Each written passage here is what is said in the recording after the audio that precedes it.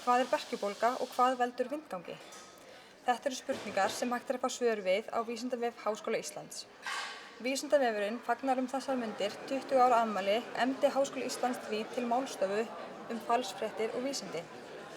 Hugtakið falsfréttir alltaf að vera meira áberandi í umræðunni og með þeim reynt að villa fyrir fólki, oftar en ekki í þágu hagsmunaaðila. Meðal þeirra sem fluttu erindi á fundinum voru Guðni T.H. Jóhannesson, forseti Íslands og Guðrún Hálfdánadóttir, fréttastjóri Morgunblaðsins. Enda valdi Collins orðabókin falsfréttir orð ársins 2017 því notkun þess hafði aukist 365% á 12 mánuðum.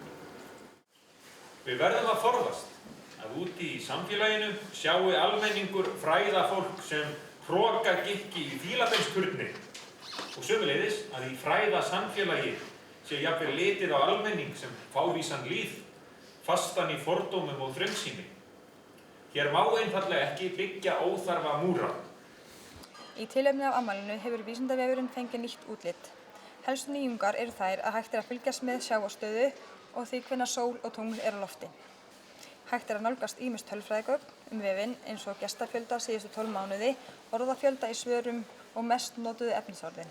Nýja útlitið gerir vefinn einnig aðgengilegri í farsímum.